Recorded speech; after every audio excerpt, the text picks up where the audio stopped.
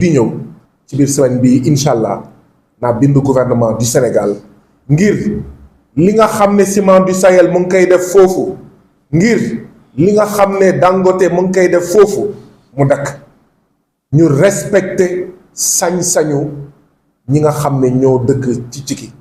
waaye tamit respecter sañ-sañu ñi nga xam ne ñooy liggéeykatu les Ciments du Sahel. du dëgg du yoon ay liggéeykat def juróomi at journalier loolu nooteel la loolu la askanu Sénégal di woowee golo di bëy baabun di dundee juróomi at nga def ko journalier loolu du dëgg du yoon juróomi at ñooñu nekkatuñu woon journalier ñu ne déet ginnaaw juróomi at journalier nga def leen ñeenti atu contrat à durée déterminée CDD muy beneen nooteel nga pare ci juróom-ñeenti at juróom journalier ñeent CDD nga jël ñenn ñi dàq leen sànni leen comme ay mouchoir dàq leen sànni leen comme ay orange ñun nag dinañ wax les Ciments du Sahel que les travailleurs des Ciments du Sahel ne sont pas des oranges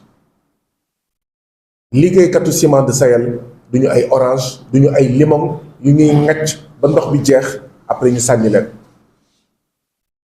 duñu ay mouchoir yoo xam ne da ngay jëriñoo ba pare après nga sànni moo tax waaw bokk naa ci ñi nga xam ne ñu ngi invité askanu Cikki retraité Ciments du Sahel ak liggéeykatu Ciments du Sahel ñu booloo def benn say waajal benn manifestation bu rëy wetu Ciments du Sahel ndaxte ñii ñu ngi leen di noot ndax dañoo dëkk ndaxte Ciments du Sahel dafa ñëw sanc seen biir muy ñi dëkk Cikki ñii ñu ngi leen di noot ndaxte ñu ngi liggéey biir Ciments du Sahel ñaari groupe yëpp ñetti groupe yëpp ñu bokk ki leen di noot muy Ciments du Sahel kon lenn rek moo ñu war mooy ànd boole suñuy doole bu ñu boolee suñu doolee mën nañ am ndam te incha allah dinañ am ndam donc proposition bi mooy fan yii di ñëw askanu Cikki booloog liggéeykatu Ciments du Sahel booloog ñi nga xam ne ñoom ñooy les retraités des Ciments du Sahel ànd bokk plateforme ku ci nekk dugal ci li la métti ñu ànd def manifestation yëgal ko préfet bi ne ko bés sàngam waxtu sàngam dañuy amal doxu ñaxtu boo xam ne waxtu bii lay commencé fii lay déparé mu ngi jeexee ci buntu Ciments du Sahel est-ce que loolu mën na nekk est-ce que loolu war na nekk kon ñun itam dañoo jàpp ne lu mën a nekk la lu war a nekk la manifestation bu nag man Guy Marius Sagna teewal leen ci assemblée nationale naa ko fekkee ci wetu waa FRAPP ci seen wet yéen retraité des Ciments du Sahel ci seen wet yéen waa Cikki ci seen wet yéen ñi nga xam ne yaa ngi di liggéey ba tey ci Ciments du Sahel nooteel bi dafa war a jeex daf fi amoon gatsa ak ñi nga xam ne ñoo nekkoon ci boppu état bi waaye damaa jàpp ne beneen gatsa war na am ak ñi nga xam ne ñoom ñooy Ciments du Sahel ndaxte kat ñoom droit moo leen may ñu sanc foofu droit boobu moo may liggéeykat yi ñu am syndicat kon ñoom daal bu dëppoowee ak seen njëriñ ñu jëfandikoo droit ngir sanc foofu jëfandikoo latérite jëfandikoo calcaire ak ñoom seen waaye droit bu waxee ne liggéeykat yi koy liggéeyal am nañ sañ-sañ am syndicat Ciments du Sahel ne droit boobu du ko respecté loolu day jeex loolu day dagg dama ne 2025 bii syndicat bi day taxaw 2025 bii du jeex te syndicat bi du taxaw ci biir les Ciments du Sahel te buñ ko waxee rek ngeen mën kaa gëm waaye nag dafa am lu muy laaj xeex lay laaj dëgg la dinañ bind dëgg la dinañ toog waxtaan waaye mobilisation la laaj pesum kanam nag boroom moo koy fajal boppam bu ñu buggee gouvernement bi bax ci nooteel bi nga xam ne Ciments du Sahel mooy liggéeykatam dañoo wane lu Ciments du Sahel mësul gis dañoo war a lu état mësul gis dañoo war a wane mobilisation bu ñu mësul gis 20 ans di ko xeex kenn faale wuñu kon foog ñu defaraat mobilisation bi foog ñu xoolaat taxawaay bi waaye tey la taxawaay bi war a gën a yomb ndaxte xëy na mun nañ wax balaay 24 mars 2024 président bi fi nekkoon premier ministre bi fi nekkoon ak gouvernement bi fi nekkoon dañ doon jàppale ci lu fës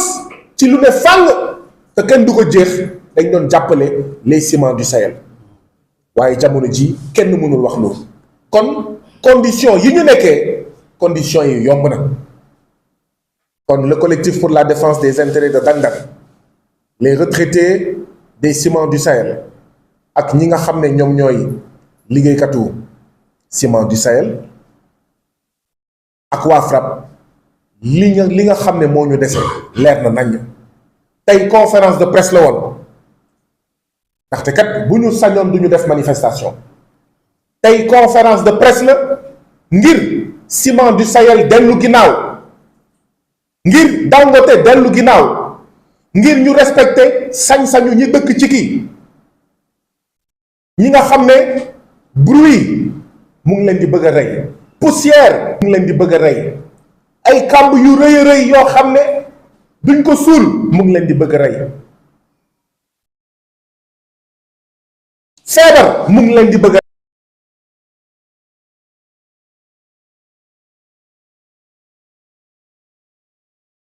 rey kon li ñu dese ñun ñépp xam nañ ko tey dañoo bëgg les Ciments du Sahel dellu ginnaaw dañoo bëgg les Ciments du Sahel respecter waa Cikki respecter liggéeykatu Ciments du Sahel respecter les retraités des Ciments du Sahel te loolu war naa mën a nekk te manifestation du am loolu war naa mën a am te doxu ñaxtu du am waaye nag bu dee fii ak ay waxtu les Ciments du Sahel delluwul ginnaaw ci ne moo tey syndicat du fi am ñun dinañ ko tontu ne ko ñoo tey syndicat dina fi am ci 2025 bii nag balaa moo jeex kon balaa ñëw fiy jóge waa Cikki liggéeykatu Ciments du Sahel ak les retraités des Ciments du Sahel na ngeen waxtaan ci ay waxtu yu néew ngir d'accord ci benn bés ngir d'accord ci benn waxtu ngir d'accord ci benn itinéraire bu dee marche la wala d'accord ci benn bërëb bu dee rassemblement la maanaam sitting yéenay xool waaye bu ngeen buggee Ciments du Sahel dellu ginnaaw man naa déposer question écrite au gouvernement waaye itam il faut ñu nangu bras de fer bi nga xam ne les Ciments du Sahel mu ngi ñu koy imposer comme bëggul dégg nañ ko caw ni mbaam ngir mu dégg ne par la force syndicat dina fi am ngir mu dégg ne par la force di nga respecter sañ-sañu waa Cikki ngir mu dégg ne par la force da nga war a respecter les droits sociaux les droits des travailleurs ba bu ñu demee à la retraite il faut que ñu jox leen xaalis il faut que ñu jot seen xaalis donc cotisation retraite cotisation sécurité sociale les Ciments du Sahel da ko war a joxe ron nga ñu baadoole di siim cere buur dafa war a jeex Ciments du Sahel di am xaalis ci puudar bi muy puudar askanu Cikki dafa war a jeex Ciments du Sahel di am xaalis ci journalier 5 ans yi muy def ay liggéeykatam dafa war a jeex ron nga ñu baadoole day siim cere buur dafa war a jeex ci Ciments du Sahel ni muy jëlee ay liggéeykatam di leen di imposer ñeenti atum contrat à durée déterminée ron nga ñu baadoole dafa war a jeex donc nga ñu baadoole di cimetière buur dafa war a jeex ci ciment du Sahel ne moo lànk moo bañ syndicat du taxaw ci ciment du Sahel. donc ñun kon yéen la ñuy déglu yéen waa Cikki yéen retraité ciment du Sahel yéen liggéeykatu ciment du Sahel yéen waa FRAPP yéen la ñuy déglu pour ngeen wax ñu ban bés la ban waxtu la ak ndax doxu ñaxtu la wala taxawaayu ñaxtu la waaye dama jàpp ne foog mu am. jaam nag loo ko teg mu nangu ko dagan na jaam loo ko teg mu nangu ko dagan na bu dee waa Cikki nanguwuñu marche kon li leen ciment du Sahel ak Dangote di teg dagan na bu dee liggéeykatu ciment du Sahel nanguwuñu manifestation kon ciment du Sahel 10 ans de journalier yu mu leen teg dagan na kon yéen la ñuy déglu bu ngeen ñu waxee bés bi wax ñu waxtu bi ba pare ngeen déposé ci préfet bi lettre d'information bataaxal pour xamal ko ne ñun dañuy def manifestation pacifique ndaxte sonn nañu damm nañu tàyyi nañu ci entreprise boo xam ne day am xaalis ci suñu deret ci suñu ñàkk ak ci suñu rongañ sonn nañu ci loolu damm nañu ci loolu tàyyi nañu ci loolu foog naa ne ci wolof wax naa lépp li nga xam ne moom laa waroon wax. Je suis ici aujourd'hui comme député à l'Assemblée nationale du Sénégal représentant les citoyens du Sénégal. Citoyens du Sénégal qui sont ici aujourd'hui au siège du FRAPP pour dénoncer les ciments du Sahel et Dangote. Les habitants de Cikki sont en train de mourir à petit feu depuis une vingtaine d'années à cause de la pollution dont ils sont victimes de la part des ciments du Sahel et de la part de Dangote. Mais également, les travailleurs des ciments du Sahel voient leurs droits bafoués, piétinés, foulés aux pieds par les ciments du Sahel. Le droit le plus élémentaire est ignoré, récusé, nié par les ciments du Sahel. Ces travailleurs ne peuvent pas, depuis 20 ans, avoir un syndicat à l'intérieur de leur entreprise. Pour qui se prennent les ciments du Sahel? Pour qui se prennent les ciments du Sahel? Si les ciments du Sahel bénéficiaient de complicité de l'Assemblée nationale, du gouvernement du Sénégal, avant le 24 mars 2024, pour agir comme dans une zone de non-droit et piétiner à la fois les droits des populations de Cikki, mais également les droits de ses employés, les ciments du Sahel, que les ciments du Sahel se le tiennent pour dit, cette époque est révolue. Il n'y aura aucune complicité de l'Assemblée nationale. L'Assemblée nationale jouera son rôle. Et j'annonce que dans les prochaines heures, je saisirai, j'interpellerai, j'écrirai le gouvernement du Sénégal pour savoir pourquoi depuis une vingtaine d'années, depuis 20 ans, il ne peut pas y avoir de syndicat au ciment du Sahel. Pour qui se prennent les ciments du Sahel? Les ciments du Sahel vont apprendre à lire l'heure. Et l'heure que les ciments du Sahel vont lire, c'est l'heure conforme aux intérêts des populations de Cikki. L'heure que les ciments du Sahel vont lire, c'est l'heure conforme aux intérêts des employés des ciments du Sahel et conforme au Code du travail, qui donne le droit aux travailleurs d'avoir des syndicats. Si les travailleurs ne peuvent pas avoir de syndicats, cela veut dire que tous les autres droits sont piétinés. Le simple droit syndical, le simple droit de s'organiser, le simple droit de pouvoir défendre ses collègues et ses camarades est lié. Donc ça veut dire que tous les autres droits des travailleurs sont piétinés. Et donc il ne faut pas être étonné d'apprendre qu'il y a des employés des ciments du Sahel qui ont fait 5 ans de journalier, qui ont fait 4 ans de contrats à durée déterminée et qui ont été jetés à la rue pour avoir prononcé un nom, syndicat, pour avoir prononcé un mot, syndicat. Eh bien, ce mot-là, les ciments du Sahel vont l'entendre. Nous allons nous jeter dans les prochains jours comme des abeilles sur les ciments du Sahel avec un seul mot, syndicat, syndicat, syndicat. Syndicat par la force. Syndicat par la force. Il y a quelques mois, nous disons élection par force. Élection par force. Aujourd'hui, nous disons syndicat par force. Syndicat par force. Syndicat par force. Syndicat par force. Syndicat par force. Syndicat par force. Syndicat par force. Syndicat par force. Syndicat par force. Nous attendons le résultat des concertations entre les populations de Tchiki, les travailleurs des cimenteries, des ciments du Sahel, les retraités des ciments du Sahel, pour savoir quel type de manifestation va être organisée. Est-ce une marche ou un rassemblement? Ce sera quel jour? Ce sera de quelle heure à quelle heure? Et nous allons tous nous mobiliser à leur côté, aux côtés du FRAPP,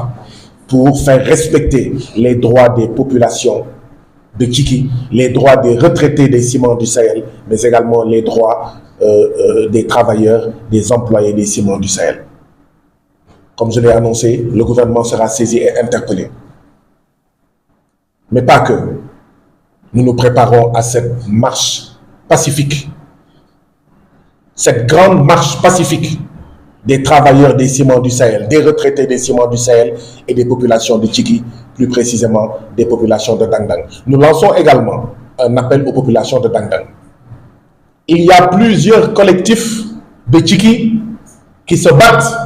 contre la pollution dont ils sont victimes de la part des ciments du Sahel et de Dangote.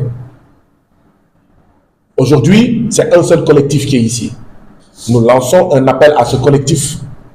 pour qu'il aille discuter avec tous les autres collectifs, parce que l'unité fait la force. Unis, nous pouvons vaincre et Inch'Allah nous vaincrons. Mais divisés, nous allons assurément perdre. Donc nous lançons un appel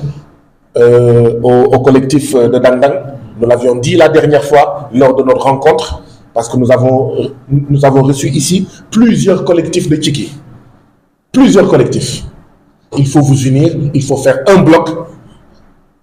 vous, population de Tchiki, faire un deuxième bloc avec les travailleurs des ciments du Sahel. Tant que laisser à faire qu'à leurs employés, les ciments du Sahel pouvaient faire ce qui leur plaisait.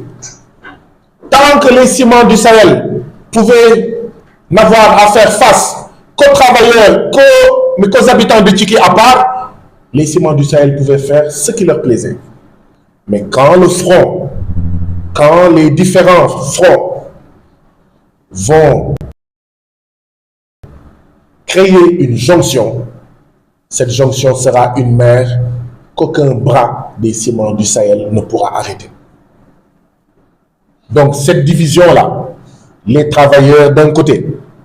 les populations d'un autre, jusqu'ici n'a fait qu'être au service des ciments du Sahel. Aujourd'hui, la solution, c'est la jonction. Jonction entre population, travailleurs, mouvement citoyen FRAPP et l'Assemblée nationale que je représente. Pour moi, cette jonction nous permettra de prendre en charge et de régler et de gagner la bataille des populations de Tchiki, mais également de gagner la bataille des employés de la cimenterie du Sahel. Il y a un ouvrage que les gens qui ont mon âge ou plus âgés que moi ont étudié, La guerre